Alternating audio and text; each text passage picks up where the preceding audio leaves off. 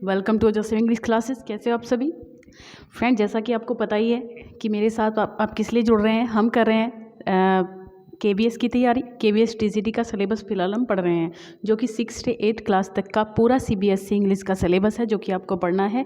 और उसी की क्लास एक के बाद एक मैं आपके लिए लेकर आ रही हूँ।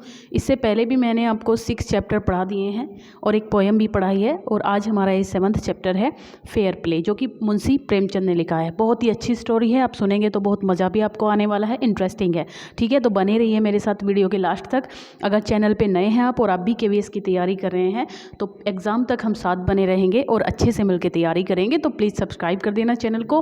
और आगे अगर आपको वीडियो पसंद आए मेरी तो लाइक कर दीजिएगा और अपने दोस्तों को शेयर ज़रूर कर दीजिएगा। ठीक है, तो चलिए शुरू करते हैं हमारा ये प्ले। तो फेयर प्ले के नाम से ये प्ले है मुंशी प्रेमचंद का। ठीक है फ्रेंड्स, आपने देखा ही होगा कि जो दोस्ती आप सबने की होगी, फ्रेंडशिप आप सबने की है। बहुत अच्छे अच्छे दोस्त होते हैं सबके, और एक दूसरे के लिए आप जान भी देने के लिए तैयार रहते हो, इतनी अच्छी। लेकिन एक चीज़ होती है मोरालिटी और दोस्ती। अगर आपके सामने कोई ऐसी सिचुएशन आ जाए जहाँ पे आपको एक चीज़ चुननी पड़ रही है, या तो दोस्ती या फिर मोरालिटी, तो आप क्या करेंगे?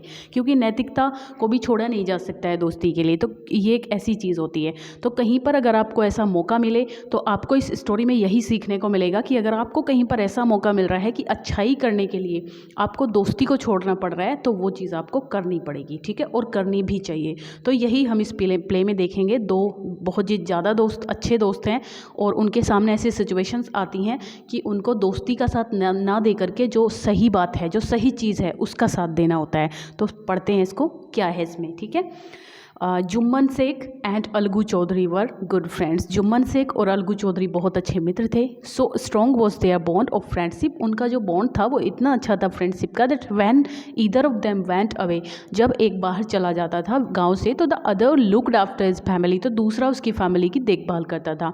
Both were greatly respected in the village. दोनों का ही गाँव में बहुत सम्मान था, जाने माने थे। तो Jumman had an old aunt. Jumman की एक बूढ़ी आंटी थी, हु हैड सम प्रॉपर्टी, जिसकी कुछ प्रॉपर्टी थी। This she transferred to him on the understanding. उसने ये प्रॉपर्टी जुम्मन को दे दी, ये सोचते हुए that she would stay with him, कि वो उसी के साथ रहेगी, and he would look after her, और वो उसकी देख रेख करेगा। तो arrangement worked well for a couple of years. कुछ सालों तक तो ये बढ़िया बंदोबस्त अच्छा चलता रहा, अच्छा काम चला।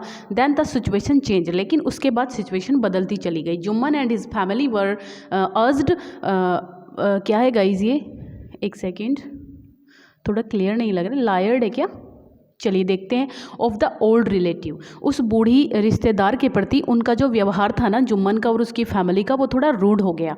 Jumman became as indifferent to her as his wife. तो जैसे कि उसकी वाइफ उससे थोड़ा इनडिफरेंट हो रही थी, जुम्मन भी वैसे ही हो गया। Who grudged even the little food that the old lady wanted every day। grudged का मतलब होता है जब आप थोड़ी सी चीज़ के लिए भी अनविलिंगली, मतलब बिना इच्छा के आप उस काम को करते हो, तो उसको grudged कहेंगे हम। तो grudgedly वो लोग थोड़ा भी खाना उसको देते थे ना, वो भी अनिच्छा से देते थे, मतलब उनको अच्छा नहीं लग रहा था जरा सा भी उसको कुछ खाने के लिए भी देना। wanted every day, ठीक है। तो she swallowed these insults along with her food। तो वो इस बेइज्जती को अपने खाने के साथ ही खा लेती थी, हजम कर लेती थी। फॉर अ फ्यू मंथ्स, कुछ महीनों तक तो वो ये सब सहन करती रही। But patience has its limit, लेकिन धैर्य की भी तो कुछ सीमा होती है ना। अब ये थोड़ी है कि भाई आप बड़े बुजुर्ग के साथ गलत करते रहोगे, कब तक सहन करेगा बेचारा। और ये सोचते हुए तो उसने प्रॉपर्टी दी थी कि भाई ये मेरी देखभाल करेगा, और वो चीज़ हो नहीं रही है, तो फिर वो क्या करे। तो देखिए, ये बूढ़ी आंटी है, जुम्मन शेख है। तो one day the spoke of Jumman, एक दिन जुम्मन ने क्या कहा, माई सन, उसने जुम्मन से कहा कि माई सन, मेरे बेटे, it is now obvious that I am not wanted in your house. अब ये भी बिल्कुल फैक्ट सामने आ गया है कि आई एम नॉट वांटेड, मुझे तुम्हारे घर में नहीं, मतलब वो चीज़ नहीं मिल रही है, वो आदर नहीं मिल रहा है, तुम नहीं चाहते हो कि मैं तुम्हारे घर में रहूं। तो kindly give me monthly allowance so that I can set up a separate kitchen. तो मुझे तुम मंथली अलाउंस दे दो थोड़ा बहुत, ताकि मैं अपना अलग किचन सेटअप कर लूँ, अलग अपना खाना पीना बना लूँ। तो माई वाइफ नोज, तो उसने क्या कहा कि my wife knows best how to run the house. देखिए आंटी आंटी, मेरी पत्नी जानती है कि घर को कैसे अच्छे से चलाना है, तो बी पेशेंट, थोड़ा सा धैर्य रखो तुम। सेड जुम्मन शेमलेसली, बहुत ही शेमलेसली, मतलब एक कहते हैं ना बेशर्मी के साथ उसने ये बात कही बहुत ज़्यादा। तो this made his aunt very angry, तो इस बात ने उसकी आंट को बहुत ही गुस्सा, और ज़्यादा गुस्सा आ गया इस बात से, है ना। तो and she decided to take her case to the village panchayat, और उसने फैसला ले लिया कि मैं अपने केस को विलेज पंचायत में लेकर जाऊंगी। तो फॉर मैनी डेज, काफ़ी दिन तक the old lady was seen talking to the villagers explaining her case, काफ़ी दिनों तक तो वो लेडी सारे गाँव में लोगों से बात करती रही, सबको अपनी बात, अपना केस सुनाती रही, एंड सीकिंग सपोर्ट, ताकि उनको जो है उसकी सपोर्ट मिल जाए, उसका सहारा मिले।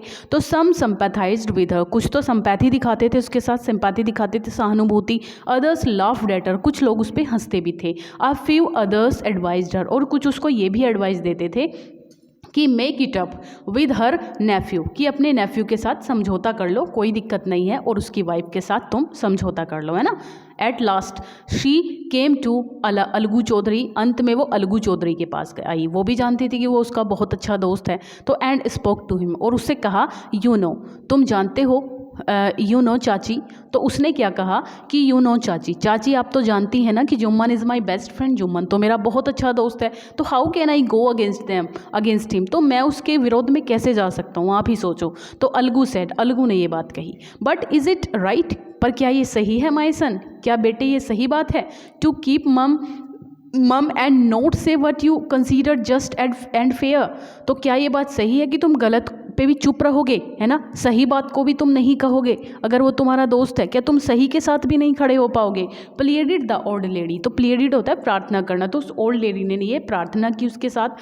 तो but her words keeped, Algu didn't reply, Algu ने उस समय कोई जवाब तो दिया नहीं, लेकिन जो आंटी के शब्द थे, but her words keeped ringing in the years, उसके कानों में गूंजते रहे, है ना। अब ये पार्ट सेकंड है। The panchayat was held the same evening, उस शाम पंचायत रखी गई ओल्ड बनियन ट्री के जो एक पुराना बरगद का पेड़ था उसके नीचे। जुम्मन स्टूड अप, जुम्मन खड़ा हो गया, एंड सैड, उसने कहा द वॉइस ऑफ द पंच, पंचों की के सामने कहा, जो पंचों की जो आवाज़ होती है ना वो भगवान की आवाज़ है। तो let my aunt nominate the head panch, तो मेरी आंटी को ही नॉमिनेट करने दीजिए कि हेड पंच कौन बनेगा। I will abide by her decision, मैं उनके डिसीजन के साथ हूँ। तो the panch knows neither friend nor enemy, panch कुछ नहीं जानता है, ना दोस्ती ना मित्रता। What do you say to Algu Chaudhary, Algu Chaudhary तो के बारे में तुम क्या कहते हो। The old lady announced, old lady ने ये कहा, अनाउंस किया कि अलगू चौधरी को रखा जाए। फाइन, ठीक है, रिप्लाइड जुम्मन, जुम्मन ने जवाब दिया, हाइडिंग हिज जॉय, मतलब अपने जॉय को छुपाते हुए, क्योंकि वो जॉय को क्यों छुपा रहा था वो, क्योंकि over this unexpected piece of luck, क्योंकि ये तो भाग्य वाली बात हो गई थी, सौभाग्य वाली, क्योंकि उसका दोस्त था, वो जानता था कि ये अलगू मेरा बहुत अच्छा दोस्त है और वो मेरे अगेंस्ट जाएगा नहीं, तो उसकी जो खुशी उसको हो रही थी, उसको ये छुपाते हुए बोला कि ठीक है, जैसा आप चाहें। तो चाची you are aware of my friendship with Jumman, said Algu, लेकिन अलगू ने कहा कि चाची आप तो जानती हैं ना कि जुम्मन के साथ मेरी फ्रेंडशिप, मेरी दोस्ती कैसी है। आई नो दैट, हाँ मैं जानती हूँ, रिप्लाइड द आंट, आंटी ने जवाब दिया, बट आई ऑल्सो नो, लेकिन मैं ये भी जानती हूँ, that you will not kill your conscience, conscience होता है अंतरात्मा, कि तुम अपनी अंतरात्मा को नहीं मारोगे, है ना। For the sake of friendship, friendship के चक्कर में तुम अपनी की साइड में तुम अपनी अंतरात्मा को नहीं मारोगे। God lives in the heart of the panch, panch के हृदय में तो भगवान का निवास होता है, and his voice is the voice of God, और उसकी आवाज़ भगवान की आवाज़ होती है। And the old lady explained here her case, और इस तरीके से फिर आगे पैरवाई की गई। ओल्ड लेडी ने अपना पूरा केस सुनाया, जो जो उसके साथ हुआ। तो जुम्मन सेड अलगू, जुम्मन ने अलगू से कहा, you and I are old friends, तुम और मैं पुराने मित्र हैं। Your aunt is as dear to me, तुम्हारी जो आंटी है वो बिल्कुल मेरी आंटी की तरह है। नाउ आई एम अ पंच, और अब मैं एक पंच हूँ। तो यू एंड योर आंट, तुम और तुम्हारी आंटी जो है आर इक्वल बिफोर मी, बिल्कुल इक्वल है मेरे सामने। तो व्हाट हैव यू टू से इन योर डिफेंस, क्या तुम अपने बचाव में कुछ कहना चाहते हो अब। तो 3 years एगो, तो उसने बताना शुरू कर दिया जुम्मन ने कि 3 साल पहले बिगन जुम्मन उसने बताना शुरू कर दिया। तो my aunt transferred her property to me, उन्होंने मेरी अपनी प्रॉपर्टी संपत्ति मुझे दे दी थी। I promise to support her as long as she lived, और मैंने ये वादा किया था उनसे कि जब तक वो जिएंगी मैं उनकी देखभाल करूँगा। तो I have done all I could, लेकिन मैंने सब कुछ किया जो मैं कर सकता था। There have been a couple of quarrels, लेकिन फिर भी मेरे घर में रोज़ रोज़ लड़ाई होती है बिटवीन माई वाइफ, मेरी पत्नी और मेरी आंटी के बीच में। But I can stop it, और मैं इसको स्टॉप भी नहीं कर पाता हूँ, मैं इसको रोक भी नहीं सकता हूँ। Now my aunt is claiming a monthly allowance from me, अब मेरी जो आंटी हैं वो मुझसे मंथली अलाउंस मांग रहे हैं। दिस इज़ नॉट पॉसिबल, और ये पॉसिबल नहीं है। तो that's all I have to say, बस यही मुझे कहना है। तो Jumman was cross examined by Algu, तो जुम्मन ने अलगू को क्रॉस एग्जामिन्ड किया और अन्य लोगों को। देन अलगू अलाउंस्ड, इसके बाद अलगू ने जो निर्णय सुनाया वो कुछ इस प्रकार था। We have gone into the matter carefully, हमने अच्छे तरीके से इस मामले को सुना, समझा और देखा। इन आवर ओपिनियन, हमारी विचार से Jumman must pay his aunt a monthly allowance, कि या तो जुम्मन को अपनी आंटी को मंथली अलाउंस पे करना पड़ेगा, or else the property goes back to her, या फिर उसकी जो प्रॉपर्टी है वो उसको वापस दे दी जाए। नाउ अब होता क्या है, the two friends were seldom seen together, अब जो दोनों मित्र थे, सेल्डम होता है बहुत कम, बहुत ज़्यादा कम, अब वो बहुत ही कम देखे जाते थे साथ साथ। कि एक तो ये हाल था कि वो एक दूसरे के बिना रहते नहीं थे, और अब यहाँ पे उनको कभी कभी ही साथ देखा गया। The bond of friendship between them was broken, जो बॉन्ड था उनके बीच में फ्रेंडशिप का वो टूट गया था। इनफैक्ट वास्तव में जुम्मन वॉज अलगूज एनिमी, एनिमी होता है शत्रु, तो अब जो जुम्मन था वो शत्रु बन चुका था अलगू का। And wanted his revenge, revenge होता है बदला, और अपना बदला लेना चाहता था। अब पार्ट 3 क्या कहता है, डेज पास्ड, दिन बीतते चले गए। And as ill luck would have it, और अब दुर्भाग्य वाली एक और बात हो गई थी अलगू के साथ। चोरी found himself in a tight spot, Algu के साथ एक अपने आप को एक बुरी स्थिति में उसने पाया। One of his fine pair of bullock diet, उसका जो एक अच्छा जोड़ा था बुलक का वो मर गया। And he sold the other to Samjhu Sahu, और उसने जो दूसरा बुलक था, उसका जो एक भैंसा था, वो उसने समझू साहू को दे दिया। अ कार ड्राइवर को बेच दिया ऑफ द विलेज, गाँव में ही। द अंडरस्टैंडिंग वॉज दैट, और ये सोचकर कि साहू वुड पे the price of the bullock in a months time, कि 1 महीने में समझू साहू जो है वो पेमेंट कर देगा उस भैंसे की, उस बुलक की। It is so happen that, लेकिन होता क्या है, the bullock died with in a month, लेकिन वो बुलक 1 महीने में ही उसकी डेथ हो जाती है, वो मर जाता है। Several months after the bullocks death, काफ़ी सेवरल होते हैं, काफ़ी मंथ बाद जब वो मर गया, तो Algu remind Sahu of the money, तो अलगू ने साहू को अपना पैसा याद दिलवाया कि भाई मैंने तुम्हें वो बेचा था और तुमने पैसा अभी तक दिया नहीं है। तो साहू गोट वेरी अनॉयड, तो साहू इस बात से बहुत ज़्यादा अनॉयड हो गया, परेशान होकर के बोला, आई कांट पे यू अ पैनी, मैं तुम्हें एक पैनी, एक पैसा भी नहीं दे सकता हूँ। फॉर द रेच्ड होता है जो तुमने वो बेकार सा कमज़ोर सा बीस्ट मुझे दिया, जानवर होता है बीस्ट, तो वो जो बीस्ट मुझे तुमने बेचा उसके बदले में तुम्हें एक पैसा भी नहीं दूंगा। He brought us nothing but ruin, उसने हमें कुछ नहीं दिया और बदले में सब कुछ बर्बाद कर दिया। आई हैव अ बुलक, मेरे पास एक बुलक है, यूज़ इट, तुम भी इसको यूज़ कर लो 1 मंथ के लिए। And then return it to me, और फिर मुझे वापस कर देना जैसे मैंने किया। तो no money for the dead bullock, उस मरे हुए बुलक के लिए तो मैं तुम्हें 1 पैसा दूंगा नहीं। तो ही सेड एंग्रीली, उसने पूरे गुस्से के साथ ये बात बोली। Algu decided to refer the case to the panchayat, अलगू ने निश्चय किया उसको पंचायत में ले जाने का, इस मामले को। फॉर अ सेकेंड टाइम, दूसरी बार फिर, इन अ फ्यू मंथ्स, कुछ मंथ बाद, preparation for holding the panchayat were made, panchayat की तैयारी शुरू हो गई।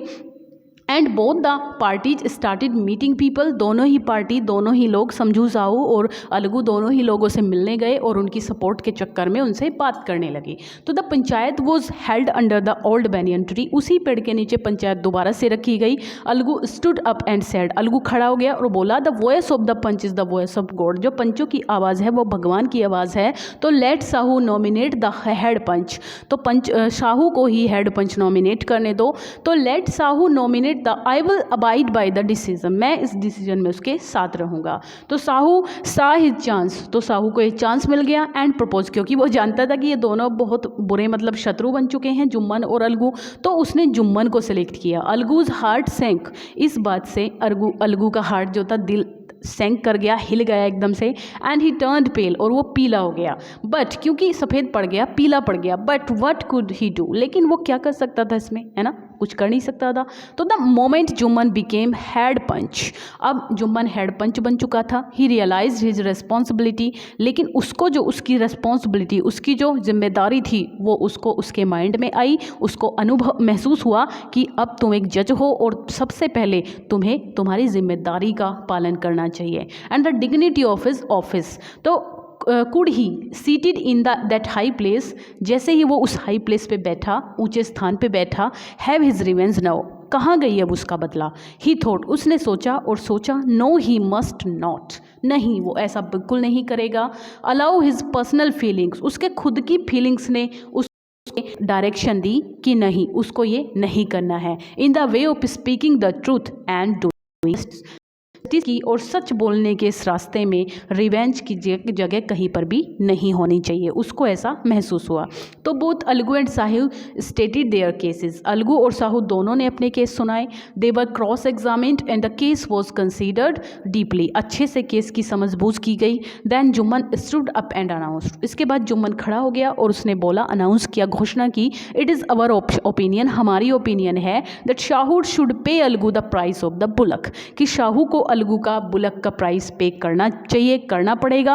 When Sahu bought the bullock, जब साहू ने बुलक को लिया था, it suffered from no disability or disease, ना तो इसको कोई डिसेबिलिटी थी, क्योंकि डिसेबिलिटी मतलब किसी तरीके से अपंग भी नहीं था वो, और ना ही बीमारी से ग्रसित था। तो the death of the bullock was unfortunate, तो ये जो डेथ हुई बुलक की वो एक अनफॉर्चुनेट थी, दुर्भाग्य से थी।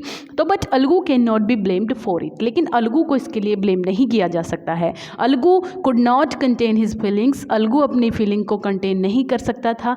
ही स्टूड अप, वह खड़ा हो गया, एंड सेड लाउडली, और उसने जोर से बोला, ओवर एंड ओवर अगेन, फिर से बोला, victory to the panchayat, panchayat की जीत हुई। दिस इज जस्टिस, ये न्याय है। God lives in the voice of the panch, वाकई में भगवान पंच की वॉइस में रहते हैं, ये बात उसने बोली। तो देखा आपने गाइज यहाँ पर सून आफ्टर, इसके तुरंत बाद ही जुम्मन केम टू अलगू, जुम्मन भी अलगू के पास आया।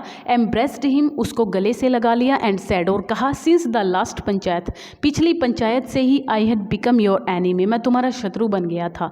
टुडे आई रियलाइज्ड, आज मुझे ये महसूस हुआ है, what it mean to be a panch, एक पंच होने का मतलब क्या होता है। A panch has no friend, ना तो किस पंच का कोई मित्र होता है और ना ही एनिमी, शत्रु होता है। ही नोज ओनली जस्टिस, वो केवल क्या जानता है, केवल न्याय के बारे में जानता है। Let no one deviate from the path of justice, कोई भी इस न्याय के रास्ते को बदल नहीं सकता है, डाइवर्ट नहीं कर सकता है। एंड ट्रूथ फॉर फ्रेंडशिप और एनिमिटी, चाहे सत्य को और जस्टिस को कोई नहीं बदल सकता है, ना फ्रेंडशिप के लिए और ना ही एनिमिटी के लिए। Algu embraced his friend, Algu ने भी अपने मित्र को बाहों में भर लिया। एंड विप्ड, और रो पड़ा।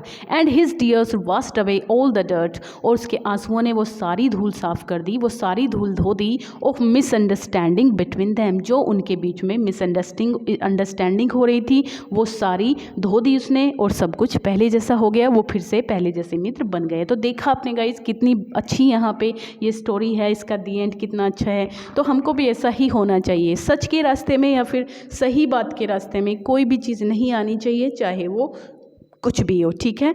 हमें दोस्त के लिए या फिर मित्रता के लिए या फिर रिवेंज के लिए किसी भी चीज़ के बदले हमें अपनी कंसाइंस को नहीं धिक्कारना चाहिए, हमें उसकी सुननी चाहिए, ठीक है। आई होप आपको ये स्टोरी पसंद आई होगी। अगर पसंद आई है तो प्लीज़ लाइक शेयर कर दीजिएगा एंड सब्सक्राइब जरूर कर दीजिएगा, ठीक है। जल्दी ही नेक्स्ट वीडियो के साथ हम मिलते हैं। पढ़ते रहिए। Okay, bye bye, take care.